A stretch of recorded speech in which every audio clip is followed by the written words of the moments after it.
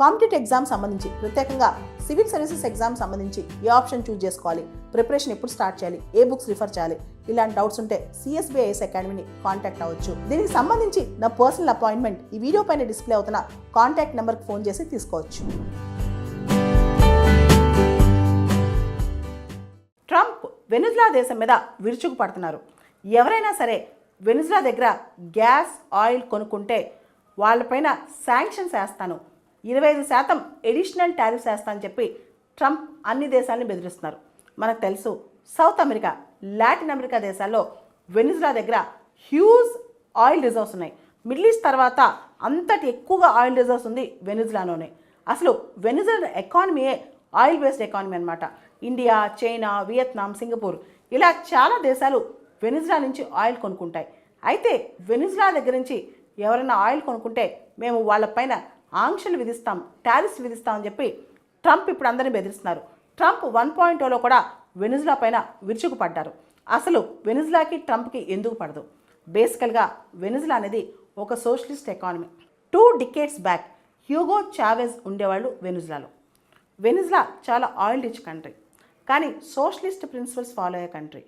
అక్కడ ఏం నమ్ముకున్నారంటే మొత్తం ఆయిల్ రిజర్వ్స్లో వచ్చే లాభాల్లో ప్రజలందరికీ పంచాలని నమ్ముకున్నారు. సోషలిస్ట్ భావజాలంతో ముందుకెళ్లారు. బొలీవియన్ సోషలిజం ఫాలో అయ్యారు. అంతేకాదు సోషలిస్ట్ దేశాలతో చాలా దగ్గరగా మూవ్ అయ్యారు. క్యూబా లాంటి దేశాలు కూడా ఆయిల్ ఇచ్చేవాళ్ళు అనమాట. అమెరికాకి ఇది నచ్చలేదు. అసలు అమెరికాకి వెనిజులా లిబరల్ డెమోక్రసీ కావాలని కోరిక. అంతేకాదు వెనిజులా దగ్గరున్న గ్యాస్ అండ్ ఆయిల్ మీద అమెరికా కన్నుంది. ఒకప్పుడు అమెరికన్ ప్రైవేట్ కంపెనీస్ స్టేక్ అక్కడ ఉండేదన్నమాట వెనిజులా ఆయిల్ కంపెనీస్ మీద. దాన్ని మొత్తం ఎత్తేశారు హ్యూగో చావెజ్. దాంతో అమెరికాకి వెనిజులా అంటే కోపం వచ్చింది. అంతేకాదు Hugo Chavez bank of south అని చెప్పి వరల్డ్ బ్యాంక్, IMFకి ఆల్టర్నేటివ్గా ఒక బ్యాంక్ కూడా తీసుకొచ్చారనమాట. ఒక ఐడియా కూడా తీసుకొచ్చారు. ఎందుకంటే వరల్డ్ బ్యాంక్, IMFలో అప్పులు తీసుకోవాలంటే వాళ్ళ కండిషన్స్ అన్నీ ఫాలో అవ్వాలి. కానీ బ్యాంక్ ఆఫ్ సౌత్లో అలాంటి కండిషన్స్ ఉండవు అనమాట. ఇలా చాలా ఆల్టర్నేటివ్ పాలసీస్ తీసుకొచ్చారు. అప్పటి నుంచి వెనిజులా అంటే అమెరికా కంటగింపు. వెనిజులా దివాలా తీసేదాకా అమెరికా అసలు ఊరుకోలేదు. అంతెందుకు అరబ్ కంట్రీస్తో మాట్లాడి ఆయిల్ ప్రొడక్షన్ విపరీతంగా పెంచి ఆయిల్ రేట్లు పడిపోయేలా చేసి వెనిజులా ఆయిల్ నుంచి పాపం వెనిజులా మొత్తం ఎకానమీ, మొత్తం ఆర్థిక వ్యవస్థ మొత్తం ఆయిల్ మీద ఆధారపడేది. అలాంటి ఆయిల్ రేట్స్ ఒకటేసారి పడిపోవడం వల్ల వెనిజులా దివాలా తీసింది. వెనిజులా ఇన్ఫ్లేషన్, సెవియర్ ఇన్ఫ్లేషన్, అక్కడ ప్రజలు ఆకలితో పక్కపక్క దేశాలన్నీ వెళ్ళిపోయారనమాట. అక్కడ ప్రజలు ఇమిగ్రెంట్స్గా అమెరికా లాంటి దేశాలు కూడా తరలి వెళ్ళిపోయారు. ఇలాంటి పరిస్థితి వెనిజులాకు రావడానికి కారణం వెనకాల అమెరికా అనమాట.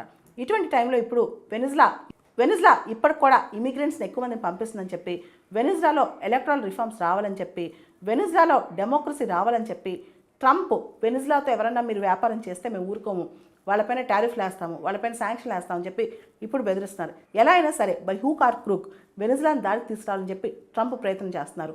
ఇప్పుడు వెనిజులా అధ్యక్షుడు నికోలస్ మదురో ఆధ్వర్యంలో ఒక క్రిమినల్ గ్యాంగ్ ట్రైన్ డి అరగోవా, ఈ గ్యాంగ్లో మెంబర్స్ చాలామంది అక్కడ ఇమిగ్రేషన్స్ని ప్రోత్సహిస్తున్నారు. వీళ్ళందరూ అమెరికాకు వచ్చి యాంటీ అమెరికా యాక్టివిటీస్ చేస్తున్నారు. అమెరికాలో ఇల్లీగల్ యాక్టివిటీస్ చేస్తున్నారు. వీళ్ళందరికీ యాంటీ అమెరికా సెంటిమెంట్స్ ఉన్నాయి. వీళ్ళందరినీ మేము రానివ్వం, కావాలని చెప్పి వెనిజులా వీళ్ళని ప్రోత్సహిస్తుంది. అందుకే వెనిజులా మీద మేము శాంక్షన్స్ వేస్తున్నాం అని చెప్పి డొనాల్డ్ ట్రంప్ చెప్పుకొచ్చారు. రీసెంట్గా అమెరికా అధ్యక్షుడు డొనాల్డ్ ట్రంప్ ఒక నిర్ణయం తీసుకున్నారు. క్యూబా, హైటీ, నికరాగ్వా మరియు వెనిజులా నుంచి దాదాపు 5 లక్షలకు పైగా ఇమిగ్రెంట్స్ని డిపోర్ట్ చేసేస్తారంట. సో దీనిలో వెనిజులా నుంచి వచ్చిన ఇమిగ్రెంట్స్ కూడా చాలామంది ఉన్నారని తెలుస్తోంది. ఇదంతా పక్కన పెడితే వెనిజులా దగ్గర ఎక్కువగా ఆయిల్ కొనుక్కునే దేశం చైనా. ఇండియా కూడా బాగానే కొనుక్కుంటుంది. సో ఇప్పుడన్నీ ఈ దేశాల మీద ట్రంప్ ఆంక్షలు విధిస్తారా, ఈ దేశాల మీద ట్రంప్ టారిఫ్ విధిస్తారా, మనం వేచి చూడాలి.